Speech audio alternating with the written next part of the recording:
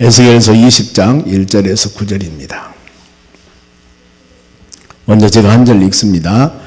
일곱째 해, 다섯째 달, 여섯째 날에 이스라엘 장로 여러 사람이 여호와께 물으려고 와서 내 앞에 앉으니, 인자야 이스라엘 장로들에게 말하여 이르라. 주 여호와께서 이렇게 말씀하셨느니라. 너희가 내게 물으시려고 왔느냐? 내가 나의 목숨을 걸고 맹세하거니와 너희가 내게 묻기를 내가 용납하지 아니하리라. 주 여호와의 말씀이니라.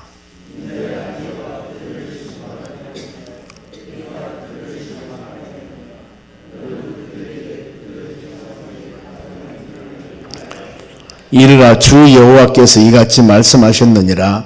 옛날에 내가 이스라엘을 택하고 야곱의 지부 후예를 향하여 내 손을 들어 맹세하고 애굽 땅에서 그들에게 나타나 맹세하여 이르기를 나는 여호와 너희 하나님이라 하였노라.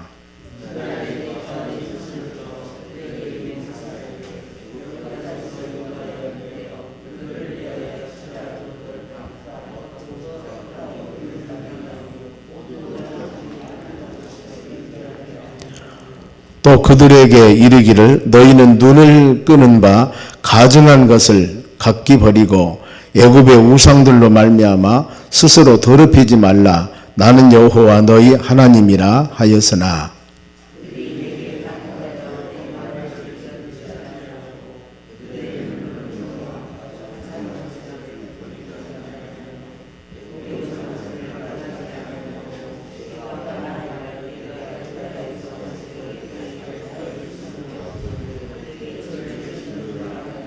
같이 읽습니다.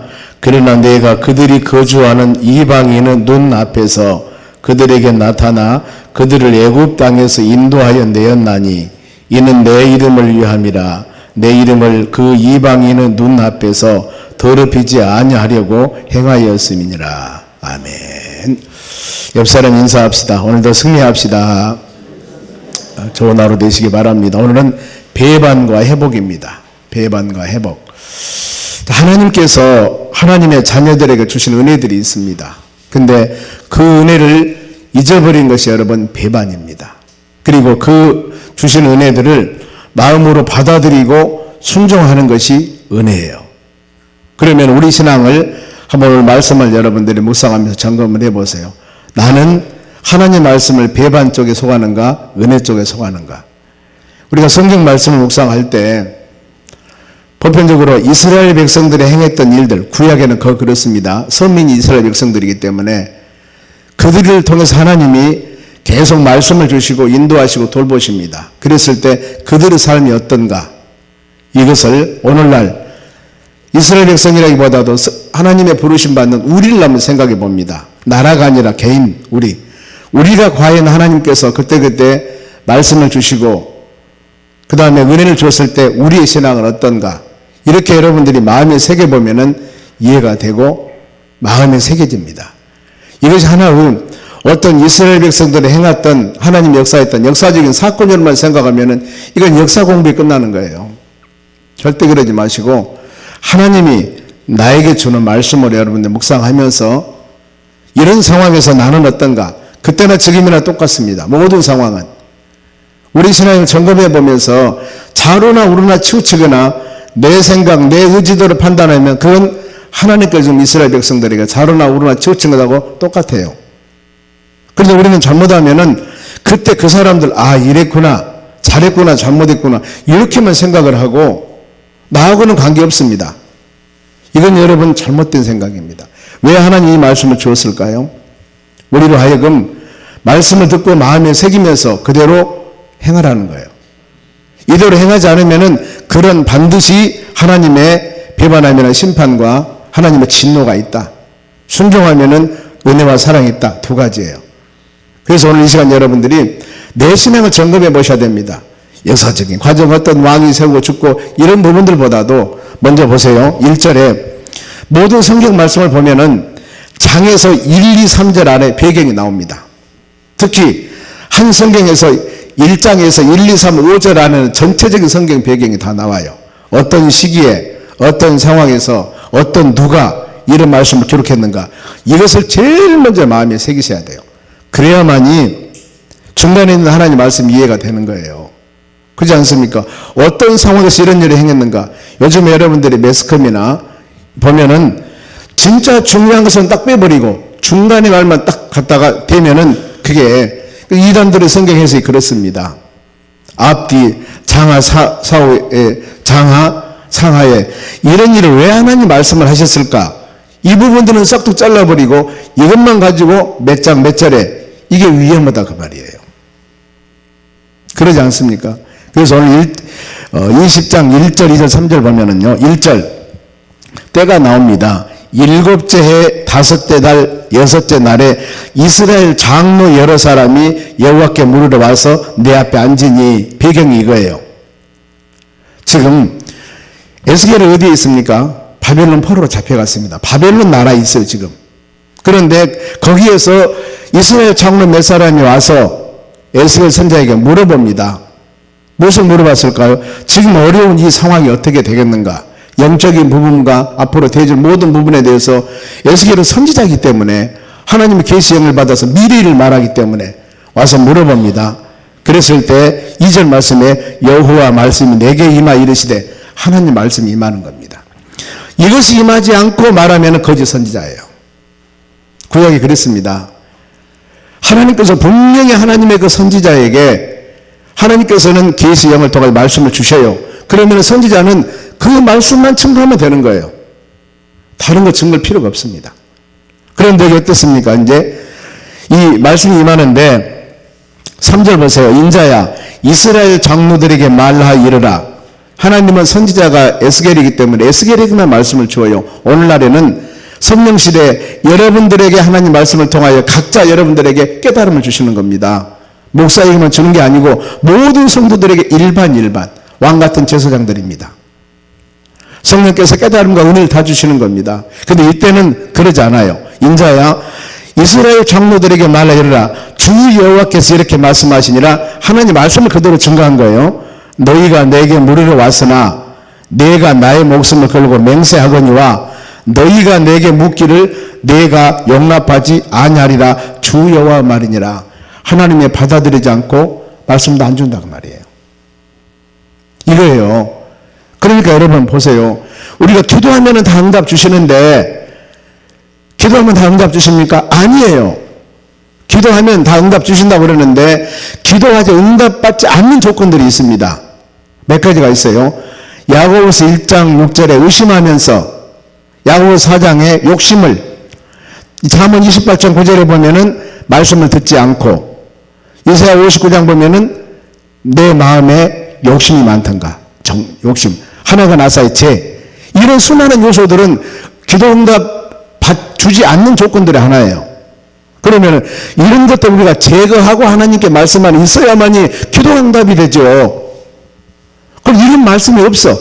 그리고 기도만 응답만 해달라게 안 되잖아요. 왜? 하나님은 여기서 뭐라고 말씀합니까? 나는 여호와 하나님이라고 했습니다. 여호와 하나님이라는 것은 말씀대로 이루시는 하나님이세요. 하나님은 그러니 사람들이 사정을 봐주든가 사람들이 그냥 내가 알았어 하면서 어떻게 잘못하면 덮어버리고 나갈 수가 있지만 하나님은 공의로운 하나님이세요. 아무리 그 사람이 직분이 어떤 사람이 됐건 누가 됐건 하나님은 바로 역사하시기를 고아나 과부나 부자나 똑똑한 사람이나 똑같은 잣대로 똑같이 판단하신다고 말이에요. 이게 공의로운 하나님이십니다. 하나님께서 뭐라고 말씀하여? 내가 용납하지 않으리라. 응답 안 해준다고 말이에요.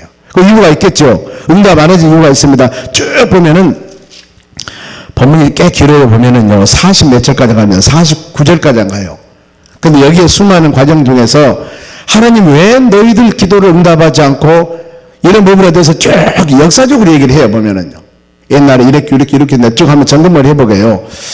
그럼 응답하지 않는 이유 5절 말씀 봅니다. 이르라 주 여호와께서 같이 말씀하셨느니라. 옛날에 내가 이스라엘을 택하고 선민이죠. 야고보 지부 후예를 향하여 내 손을 들어 맹세하고 애굽 땅에서 그들에게 나타나어 맹세한 이르기를 나 여호와 너희 하나님이라. 하나님 백성들을 애굽에서 몇 년 살았습니까? 430년 살았죠. 그때 애굽으로 갈 때 요셉에게 애굽 총리였습니다. 그래서 어렵고 힘들고 먹고 사는 것이 힘들어서 그 지금 지금 이스라엘 백성 선택받기 전에 그들이 애굽으로 가게 되는 겁니다. 70여 명이 거기서 400년 동안 살면서 약 한 민족을 이루어서 출애굽하게 되지 않습니까? 이 배경도 얘기하면 기가 막힙니다. 하나님의 역사는 여러분 사람의 생각으로 절대 하면 안 되는 거예요. 지금 가나안 땅에 그들이 있었다면은 그 장정 60만 명 그 많은 수로 번성할 수도 없을 것이고 완전히 신앙은 다 타락해 버렸을 거예요. 왜냐하면은 가나안 땅은 좁은 나라입니다. 우리 강원도 면적밖에 안 돼요. 그런데 그들이 그 많은 민족 이루겠습니까? 그때 가나안 땅에서는 치고 받고 싸우고 분리되고 수많은 전쟁사들이 일어나요.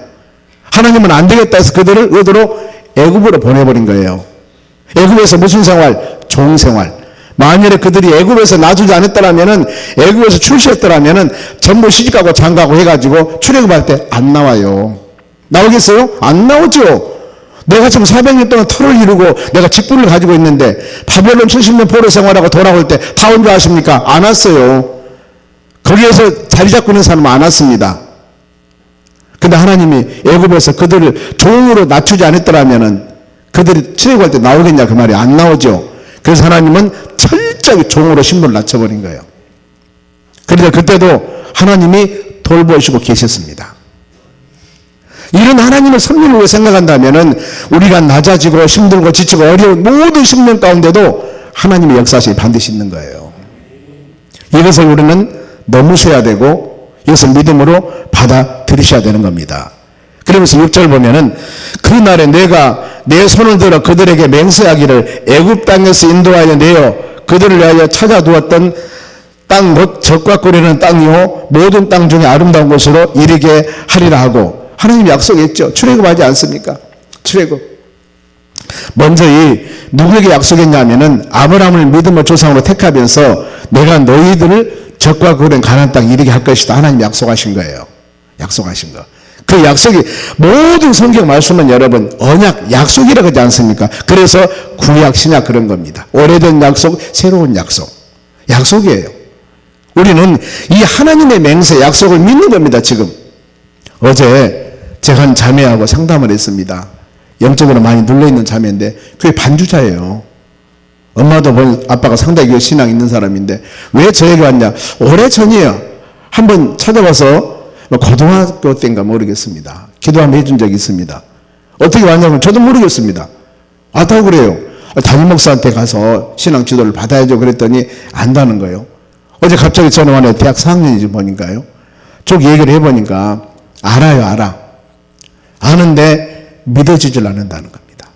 하나님의 존재함, 성령님, 예수님, 성경 말씀이면 아는데 자꾸 이상한 것이 이것을 흔들리게 만드는, 하나님의 존재성이 더 흔들리게 만드는 거예요. 아, 참 그럴 수도 있겠구나. 제가 성경 한 절 한 절 찾아주면서 바로 여기 있습니다, 이렇습니다, 이렇습니다 하고 했습니다만은 글쎄요, 그런 부분을 볼 때 참 마음이 아팠습니다. 제가 우리 성도들의 신앙은 어떨까? 솔직히 그러는 겁니다. 근데 있는 그대로 해보니까요. 예배를 드리고 말씀을 듣는데 알겠다 그 말입니다. 그런데 또 한측에서는 의심을 주는 거예요. 의심을. 하나님의 존재, 하나님이 홀로 혼자 계신 분인데 하나님이 자기 마음대로 썼지 않냐? 모든 성경 말씀도. 근데 하나님이 신들 중에 하나인데 아니다. 하나님이 여호와 하나님, 오직 창조주 하나님이시다. 천지 만물을 만드신 분이다. 그래서 제가 창세기 1장 1절을 묵상하시면서 이것을 믿어질 수 있도록 해달라고 기도하십시오. 믿음은 은사입니다. 여러분도 마찬가지입니다. 창세기 1장 1절 이게 믿으셔야 됩니다. 태초에 아무것도 없는 무의 상태입니다. 아무것도 없습니다. 누구? 하나님이란 단어입니다. 태초에 하나님은 엘로힘, 전능하신 분이에요. 전능하신 분. 그 하나님이 하늘과 땅 모든 것들 천지를 창조하시냐라. 창조는 발화창조인데 창조도 마찬가지입니다. 아무것도 없는 데서 완전하게 만드신 거예요. 아무것도 없는 상태에서 완전하게 만드신 하나님. 이것이 믿어져야 된다니까요. 창세기 1장 1절. 이것만 믿어지면은 동정녀 마리아가 임신해서 예수님 탄생했습니다. 죽은 지 4일 된 썩은 냄새가 난 나사로도 살리십니다. 왜요? 하나님은 전능하신 분입니다. 전능하신 분이에요. 이 조건이 믿음으로 받아들여야 됩니다. 이것만 받아들이면 성경 어느 곳에나 하나님의 신성법을 마태, 마가, 누가, 요한복음의 사복음서에 하나님, 우리 예수님은 하나님이시며 완전한 사람입니다. 사람이기 때문에 사람의 역사만 이해하면 안 된다는 겁니다. 예수님은 하나님이셔요. 어떻게? 요한복음 1장에 태초에 하나님이 계셨습니다. 태초에 말씀이 계셨는데 그 말씀이 곧 하나님이라. 말씀은 하나님이셔요. 이것이 믿고 이해가 돼야 됩니다. 말씀은 하나님. 근데 요한복음 1장 14절에 그 말씀이 육신이 되어 오신 분 예수님이셔요. 말씀이 누구예요? 하나님이시잖아요. 우리가 이런 부분들을 이해는 절대 안 됩니다.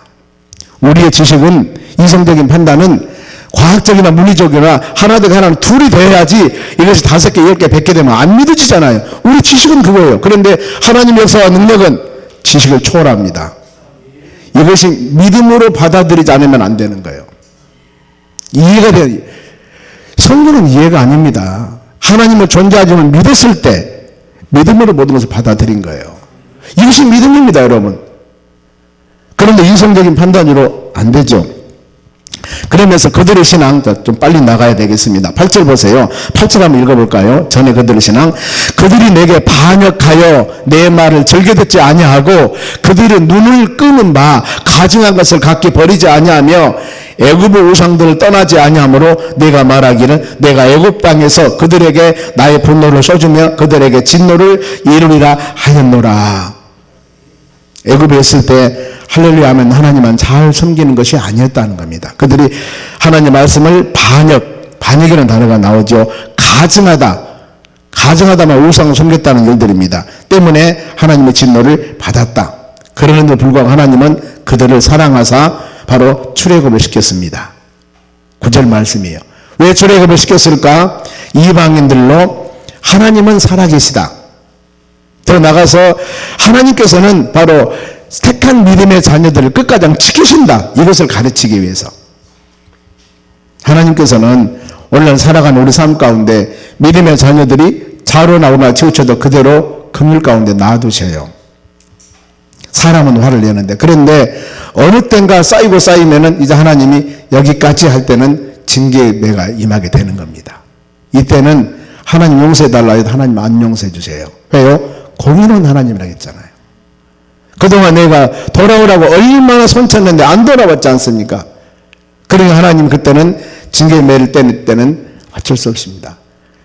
이스라엘 백성들 지금 에스겔서가 그래요. 왜 하나님의 선택한 백성들이 남은 나라에 끌려가야 됩니까? 이유가 불순종이지 않습니까? 한두 번입니까? 얼마나 많은 세월 동안 돌아오라 하는데도 안 돌아왔습니다. 그래서 결국에 안 되겠다. 포로 잡혀가고 이스라엘 나라 그 솔로몬이 지었던 아름다운 성전가장 다 부숴버립니다. 하나님이. 자, 그러면은 두 번째입니다. 광야에서 출애굽할 때 하나님을 불순종했다겠죠. 광야에서 은혜 배반입니다. 이제 40년 광야 생활할 때요. 10절 보면은요. 그러므로 내가 그들을 애굽 땅에서 나와 광야에 이르게 하고, 자, 그러면은 광야 생활할 때 말씀으로 순교했을까요? 아니죠. 11절 봅니다.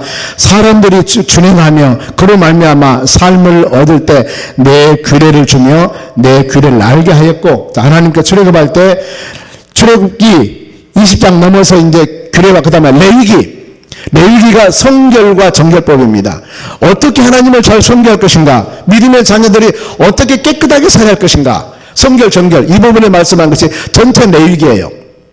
출애굽기 하반절하고 이렇게 살아라 하면서 그 말씀을 가지고 이제 민수기에서 38년 동안 출애굽한 과정이 바로 민수기입니다. 말씀이 있어야 되잖아요. 하나님을 바르게 섬기는 법, 그 다음에 정결하게 사는 법이 어떤 것인가, 하나님의 자녀들 말씀 법을 주셨습니다. 이걸 가지고 40년 광야 생활할 때 그 기준을 통해서 모든 것을 판단합니다. 그런데 그 법을 주었는데 그들이 지켰을까요? 안 지켰습니다. 13절 보세요. 그러나 이스라엘 족속이 광야에서 내게 반역하여 얼마나 많이 불순종했습니까? 사람을 준행하면 그로 말미암아 삶을 얻을 나의 규례를 준행하지 아니하며 나의 규례를 멸시하고 나의 안식일을 크게 더럽혔으므로 내가 이르기를 내가 내 분노를 광야에서 그들에게 쏟아 멸하리라 하였으나, 그러죠. 광야 40년 동안에 왜 그들이 그 수많은 어려움을 당했습니까? 불평, 원망, 규례, 율례 지키지 않았다는 겁니다. 가나안 땅에서 얼마나 많이 배반한 줄 모릅니다. 바로. 그런데 하나님의 사랑이 얼마나 강한가. 우리 사람 같으면 그때 쳐 부숴버릴 것인데 하나님의 사랑 17절 좀 합니다. 보겠습니다. 한 목소리 읽습니다. 시작. 그러나 내가 그들을 아껴서 광야에서 멸하여 아주 없애지 아니하였노라. 40년 광야 생활 때 그 정도면은 사람 같으면 쓸어버렸을 텐데 하나님 놔뒀어요. 이것이 바로 사랑의 하나님이시라는 겁니다. 가나안 땅에서 배반한 신들 많이 있습니다만 하나님께서 맹세한 모든 일이 있었는데 그들이 수많은 어려움 가운데 하나님을 순종하지 않고 특히 28절에 보면은 그들이 섬기는 신들입니다. 28절 중반절에 높은 산이나 나무에 제사를 드리고 분향했다. 우상 섬겼다는 겁니다. 조상들의 풍속을 따랐다. 조상들은 철저하게 우상 섬겼거든요. 그리고 31절 아들을 화제로 드립니다. 사람을 제물로 드려요. 태워서. 몰렉신이라고 합니다. 몰록신이라고도 하고. 이것이 있을 수 없는 일입니다. 그리고 32절에 목석을 경배합니다. 나무 같은 거 신이라고 섬기고 하나님께서 출애굽할 때 1, 2계명 뭐 줬습니까? 나 외에는 다른 신을 너에게 이게 하지 말지니라. 섬기거나 만들거나 절하지도 말라. 어떤 우상이나 분명히 하나님께서는 10계명 주실 때 그 중에 1, 2계명이 하나님을 향한 부분들이거든요. 근데 전형적으로 지금 그걸 다 배반하고 있지 않습니까? 자, 우리의 신앙. 매일 말씀을 듣습니다. 묵상합니다. 그러면은 우리는 말씀대로 순종하며 살아가는가? 이걸 여러분 점검해 보시기 바랍니다. 그러면서 하나님의 징벌과 회복입니다. 이제 징벌과 이 결과로 징벌인데, 자, 33절 조금 내려갑니다. 33절에 보면은 주 여호와 말씀이니라. 내가 나의 삶을 두고 맹세하노니 내가 능히 한 손과 편팔로 분노를 쏟아 너희에게 반드시 다스릴지니라 그랬습니다. 출애굽하는 과정들이나 또 구약의 사사시대나 아니면 왕정시대나 모든 시대 보세요. 얼마나 많은 사람들이 불순종했는가. 영적인 지도자 왕을 세웠는데 세상의 북쪽에 있는 이스라엘 그 강원도 면적밖에 안 되는 조그만 나라가 남북으로 가라앉은 거예요. 북쪽에는 20명, 19명 왕이 있었는데 한 사람도 선한 사람이 없고 남쪽이야 몇 사람이 여호사밧, 요시야, 히스기야 뭐 이런 몇 개 바로 선한 왕 외에는 다 악한 왕들이었습니다.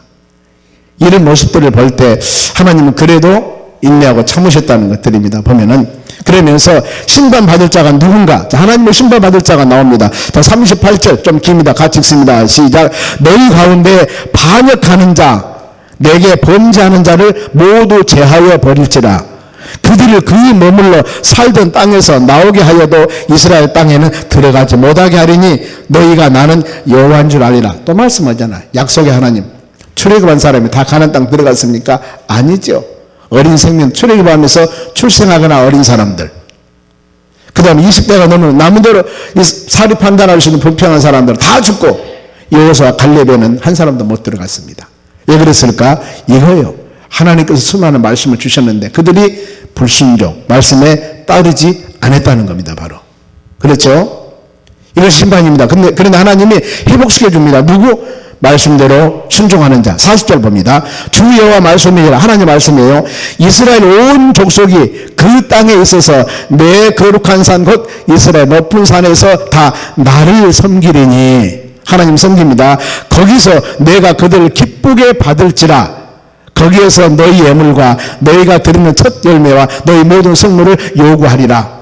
하나님 말씀과 믿음으로 순종하는 자들에게 하나님 주시고 41절 흩은 자들 모아주십니다. 내가 너희를 인도하여 여러 나라 가운데 나오게 하고 너희가 흩어진 여러 민족들 가운데 모아 낼 때 내가 너희를 향기로 받고 내가 또 너희로 말미암아 내 거룩함을 여러 나라 목전에서 나타낼 것이다.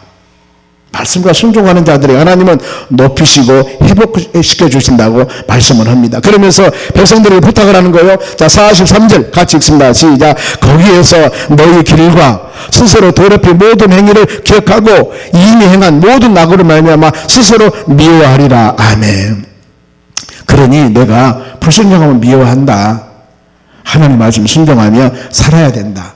그러면서 이제 그들에게 의인과 악인을 같이 심판하는데 여러분 의인과 악인을 지금 어떤 고난 지금 코로나 시국이지 않습니까? 그러면은 예수 믿는 사람은 다 한쪽에 놔두고 안 믿는 사람은 코로나 오게 합니까? 아니잖아요.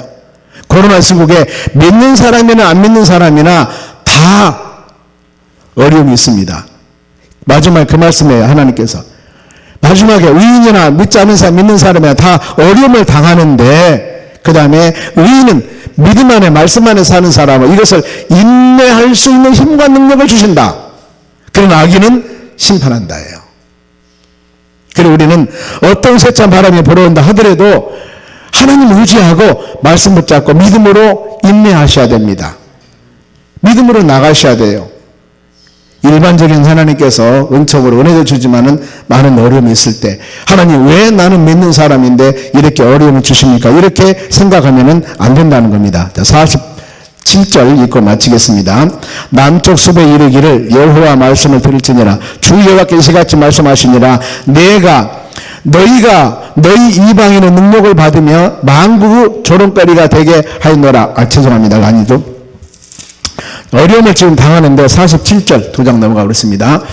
불 가운데 불을 일으켜 모든 푸른 나무와 모든 마른 나무를 없애리니 여기서 푸른 나무와 마른 나무예요.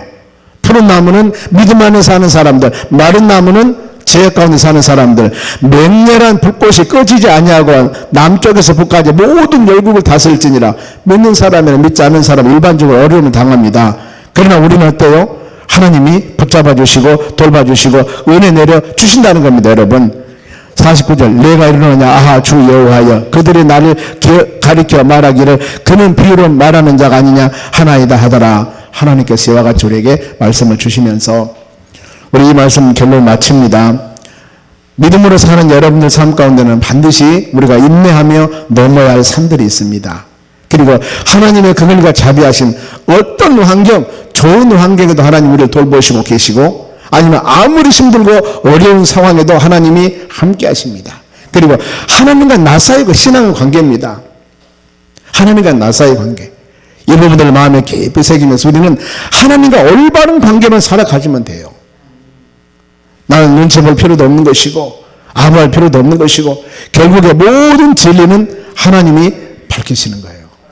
오늘 하루도 여러분 우리가 믿음으로 선택한 여러분들에게 하나님 배반과 회복이라고 했습니다만 우리는 주의 은혜 안에 하나님 말씀 순종하며 살아가는 여러분이 되시기 바랍니다. 그것이 주님이 기뻐하는 일이고 더 나아가서 성령께서 기뻐하는 일입니다.